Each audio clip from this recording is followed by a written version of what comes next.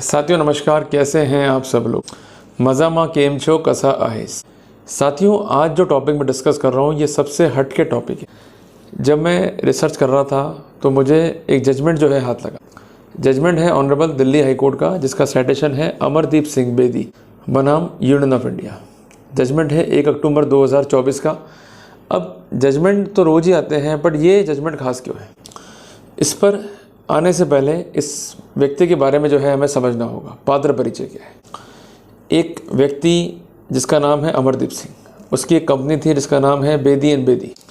ये एक लंबे समय से व्यापार संस्था कर रही थी और अल्टीमेटली ये अपने एम्प्लॉयर्स का ईपीएफ जो है काटती थी, बट इस पर यह आरोप ये थे कि इसने ईपीएफ को जो है जमा नहीं कराया।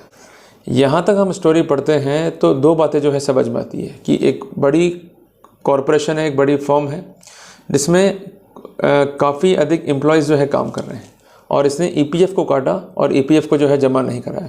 बट अभी भी कुछ चीज़ें यहाँ पर अनआंसर्ड हैं कि ये ईपीएफ क्या होता है, ईपीएफ क्यों काटा, कितने एम्प्लॉयज़ काम कर रहे थे और क्यों कर रहे थे। साथियों बेसिकली क्या होता है कि जब हम कोई काम खुद से नहीं कर पाते तो हम लोग अपनी हेल्प के लिए एम्प्लॉयज़ को अपॉइंट करते हैं। ये एक सामान्य प्रक्रिया है और एम्प्लॉयज़ किसी भी कैटेगरी में हम लोग अपॉइंट कर सकते हैं, चाहे वो पियोन हो, चाहे एलडीसी हो, चाहे यूडीसी हो, या हमारा मैनेजर हो या सीईओ, किसी भी कैटेगरी में। बेसिकली जो काम हम आसानी से कर सकें तो ठीक है, अगर आसानी से नहीं कर सकें तो हमें हमारी हेल्प के लिए इन व्यक्तियों की आवश्यकता पड़ती है। मान लीजिए मेरी छोटी दुकान है तो दुकान मुझे खुद ही खोलनी है, खुद ही जो है उसमें झाड़ू लगाना है, खुद ही जो है मुझे सारे काम करने हैं, तो हम इजीली इसको मैनेज कर सकते हैं। पर जब दुकान बड़ी है उसको इजीली मैनेज नहीं कर सकते तो हमें लोग रखने होते हैं। क्लियर है। तो ये जो लोग होते हैं ये कहलाते हैं टेक्निकली एम्प्लॉयज़। क्लियर हो गया। और जो भी एम्प्लॉयज़ होते हैं इनकी तनख्वाह अलग अलग हो सकती है। क्लियर है। किसी की 5,000 है, किसी की 10,000 है, किसी की 50,000 है, किसी की 1 लाख है, किसी की 2 लाख है। पॉइंट ये कि अगर तनख्वाह 21,000 रुपये से कम है महीने की और एम्प्लॉय 10 से ज़्यादा है, दोनों ही बातें देखनी पड़ेंगी। तो ऐसी कंडीशंस के अंदर जो कंसर्न लेबर डिपार्टमेंट है वहाँ पर कंसर्न जो एम्प्लॉयज़ हैं उनका पूरा ब्यौरा देना होता है और जो इनके प्रोविडेंट फंड्स हैं उनको मेंटेन करना होता है। क्योंकि कई बार ऐसा होता है कि इनको आप नौकरी से निकाल देते हो या कई बार ऐसा होता है कि ये लोग काम करने में सक्षम हो जाते हैं, तो उस कंडीशन में जो उनकी अपनी सेविंग्स है वो उनके काम आ सके। क्लियर है। तो बेसिकली ईपीएफ कुछ भी नहीं है, ये जो कंसर्न एम्प्लॉयज़ हैं उनकी सैलरी में से कुछ पोर्शन को काट के जो है जमा कराया रहता है लेबर डिपार्टमेंट में। ठीक है जी। तो यही बेसिकली है ईपीएफ। क्लियर हो गया। अब तो आपको मतलब इनकी भविष्य की निधि प्रोविडेंट फंड से, और इसके लिए कानून बना हुआ है, वो है ईपीएफ एक्ट है 1952 का। बहुत सिंपल सी बात है। जब इनके विरुद्ध इंक्वायरी हुई by the concern inquiry officer तो उन्होंने ये पाया कि सिंह साहब ने ईपीएफ तो काट लिया पर जमा नहीं कराया।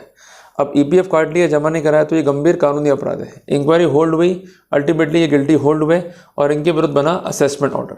जब भी आप असेसी हो, मीन्स आपको कोई टैक्स जमा कराना है, कोई ड्यूटीज जमा करानी है और आप जमा नहीं करा रहे हो तो उस कंडीशन में निकलता है एक असेसमेंट ऑर्डर। क्लियर है। इस केस में कितने का था असेसमेंट ऑर्डर, ये 74 लाख रुपए के आसपास का। सरकार ने जो है रिकवरी स्टार्ट करी।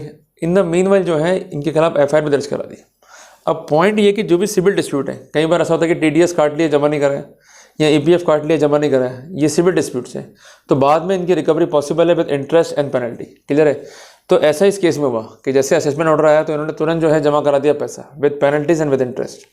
इनका कहना था कि इस मामले में जो एफआईआर है वो गलत है और सिविल डिस्प्यूट्स हैं पर गलत तरीके से एफआईआर को काट दिया गया है, तो अल्टीमेटली इन्होंने एंटीसिपेटरी भी जो है कोर्ट से ले ली। यहाँ तक मामला सेटल्ड था। अब इनको आया ऑफर कनाडा से कि ठीक है कोई स्टार्टअप प्रोग्राम था जिसमें इनको पार्टिसिपेट करना था, पर जब आप उस प्रोग्राम में जा रहे हो और आपके विरुद्ध एफआईआर है तो आप नहीं जा सकते हो जब तक कि कोर्ट की परमिशन ना हो, आपका पीसीसी क्लियरेंस ना हो, ये रिक्वायरमेंट होती है। अब पीसीसी क्या होता है, पुलिस क्लियरेंस सर्टिफिकेट। ये कहाँ से मिलता है, रीजनल पासपोर्ट ऑफिस से। ये भी गए अप्लाई किया, उन्होंने जो है मना कर दिया कि भाई केसेस पेंडिंग है, गंभीर नेचर के हैं, जब तक क्लियरेंस नहीं होगा आपको बाहर जाने नहीं देंगे।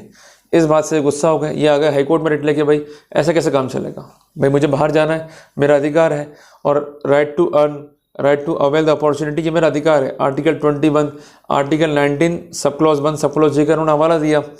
अल्टीमेटली कुछ तर्क इन्होंने कोर्ट में रखे जो काफ़ी इंपॉर्टेंट थे। तर्क नंबर 1 कि pendency of case is not a ground to deny the opportunity to me which is available to me from the foreign country। क्योंकि अपॉर्चुनिटी जो है बार बार दस्तक नहीं देती है। अभी अपॉर्चुनिटी है, केस पेंडिंग है, ये मेरा दुर्भाग्य है, पर मैंने ऐसा क्या किया ये तो मुझे स्पष्ट करें। भाई आपका कहना था कि मैंने पैसे खा लिए, मैंने जमा करा दिए, मुझे इसी पॉइंट पे जो है एंटिसिपेटरी मिल गई। तो जब मेरे कोई दुर्भावना नहीं है, मैंने गलत काम नहीं करा है, तो ऐसे सिनेरियो में मुझे इस तरह का पनिशमेंट देना, इंडिया से बाहर नहीं भेजना, ये अपने आप में जो है गलत है। दूसरी बात है कि मैं बाउंड साइन तो कर रहा हूँ कि भाई इस टाइम में लौट के आ जाऊँगा, नहीं आऊँगा तो मैं जिम्मेदार रहूँगा, मैं इवन बैंक गारंटी जो है ऑफर कर रहा हूँ। इसके अलावा केवल और केवल डायरेक्शन देना था ट्रायल कोर्ट को बाहर जाने का, पर उन्होंने नहीं दिया। उनको कहना कि भाई पीसीसी क्लियर नहीं तो हम डायरेक्शन कैसे देंगे आपका। तो पीसीसी के चक्कर में मेरा पूरा का पूरा वर्कआउट जो है वो बिगड़ रहा है। इनका कहना यह था कि ऐसे एक मामले में जो कि तय हुआ ऑनरेबल दिल्ली हाई कोर्ट से, सेजू बनाम रीजनल पासपोर्ट अथॉरिटी के नाम से फैसला था। इसका फैसला हुआ 16/9/2024 को। उसमें तक केस पेंडिंग है, परमिशन दी गई, पर उस कंसेंट डॉक्यूमेंट में ये मेंशन किया गया कि द केस इज पेंडिंग। तो कुल मिला के अगर अपॉर्चुनिटी एम्प्लॉयमेंट की तो उसको डिनाई नहीं कर सकते इस पॉइंट पे कि केस जो है पेंडिंग है तो आपको जो है बाहर नहीं भेज सकते। इनका कहना था कि बेसिकली जो रूल्स बने हुए हैं उसके पीछे गवर्नमेंट के ऑब्जेक्ट क्या था कि अगर कोई बंदा बाहर भेज रहे हैं तो उसका क्रिमिनल रिकॉर्ड तो नहीं है, या इस जगह क्रिमिनल रिकॉर्ड तो नहीं है कि अगर उसको बाहर भेजेंगे तो वहाँ पर वो कोई गलत काम कर दे, कोई इलीगल एक्टिविटी कर दे, इससे हमारे संबंध खराब हो जाए। तो बेसिकली ये रूल्स एंड रेगुलेशंस बने हुए थे, पर किसी भी रूप में ये रूल्स एंड रेगुलेशंस आपको बार्ड नहीं करते हैं अगर अपॉर्चुनिटी है। तो अगर आपको बाहर जाना है तो कंसेंट डॉक्यूमेंट में मेंशन करना होगा कि केस पेंडिंग है। उसके बाद वो उनको ऑप्शन है कि आपको एडमिट करें या नहीं करें। और इसके अलावा अगर केस पेंडिंग है then it could not be a ground to deny the opportunity to go to abroad for having the employment opportunity। तो इन्होंने कहा कि जब मुझे एंटिसिपेटरी मिल गई है, मेरा कोई क्रिमिनल एंटीसीडेंट नहीं है, तो mere pendency of FIR cannot be ground to reject the PCC। तो कोर्ट ने सारे फैक्ट्स को देखते हुए पिटिशन को जो है अलाउ कर दिया विद 2 डायरेक्शंस कि उसमें मेंशन किया जाएगा कि इसके खिलाफ जो है केसेस पेंडिंग है। दूसरी बात, इनको परमिशन देगा ट्रायल कोर्ट और उसके हिसाब से जो है बाहर चले जाएंगे। क्लियर है? तो ये फैसला जो है हमें सिखाता है 5 महत्वपूर्ण बातें कि अगर हम किसी केस में अपराधी हैं और पीसीसी की रिक्वायरमेंट है तो आप अप्लाई कीजिए कंसर्न रीजनल पासपोर्ट अथॉरिटी को इस जजमेंट का हवाला लेते हुए कि अगर मेरे खिलाफ केस पेंडिंग भी है तो आप लिख दो उस नोट के अंदर। उसके बाद जो फॉरेन अथॉरिटीज़ हैं या जो एम्बेसीज हैं वो जो है फैसला करें कि मुझे एडमिट करना है या नहीं करना है। क्लियर है? तो हम कोई फैक्ट भी जो है नहीं छुपा रहे। दूसरी बात, pendency of case cannot be a ground to reject the opportunity to go abroad. तीसरी बात है आपका आर्टिकल 19 में जी, आर्टिकल 20 में जो है इंपॉर्टेंट है। अगर परमिशन ट्रायल कोर्ट नहीं दे रहा तो आप हाई कोर्ट जा सकते हैं। चौथी बात, जब भी आप अर्जी को बनाएं तो उसमें जजमेंट को जरूर रिलाई करें और आपको बाहर जाना क्यों जरूरी है, अपॉर्चुनिटी आपको क्यों मिली है और बाद में क्यों नहीं मिलेगी, ये बातें स्पेसिफिक करें।